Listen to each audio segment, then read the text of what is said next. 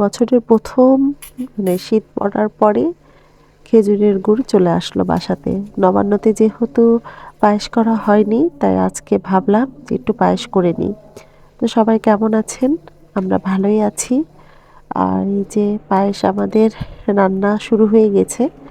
দুধটাকে ভালো মতো ফুটিয়ে ওর মধ্যে দুটো এলাচ, সাদা এলাচ আর গোবিন্দভোগ চাল ভিজিয়ে রেখেছিলাম, সেটা দিয়ে দিলাম। বেশি চাল দিইনি, 2 মুঠ চাল দিয়েছি।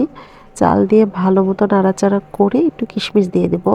অনেকে আবার কিশমিশের সাথে তেজপাতা দেয়, গন্ধটা ভালো আসে, কিন্তু আমার তেজপাতার গন্ধ পায়েসে ভালো লাগে না, তাই আমি তেজপাতাটা দিই নাই। আর এদিকে গুড় কেটে নিচ্ছি। আর গুড় ভালো মতো কেটে তারপরে একটু জল দিয়ে আলাদা করে ফুটিয়ে নেব। কারণ এখন তো গুড়ের কোনো গ্যারান্টি নাই যে দুধ কাটবে কি না, তাই আমি আর রিস্ক নিই নাই। কারণ পায়েস রান্না শুরু করছি বছরের প্রথম, তাই আর রিস্ক না নিয়ে গুড়টাকে ভালো মতো ফুটিয়ে নিয়েছি। ফুটিয়ে নিয়ে তারপরে এই যে পায়েস হয়ে গেছে, এখন আমি পায়েসটাকে একটু ঠান্ডা করে গুড়টাকে মিশিয়ে দেব। মিশিয়ে ভালো মতো হচ্ছে মানে নাড়াচাড়া করে ঢেকে দেব।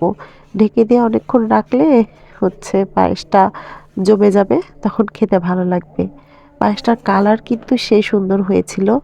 তো আমার পায়েস রান্না কমপ্লিট। দেখতে কিন্তু অনেক সুন্দর লাগছে, আর পায়েসটা কিন্তু খেতেও অনেক সুন্দর হয়েছিল।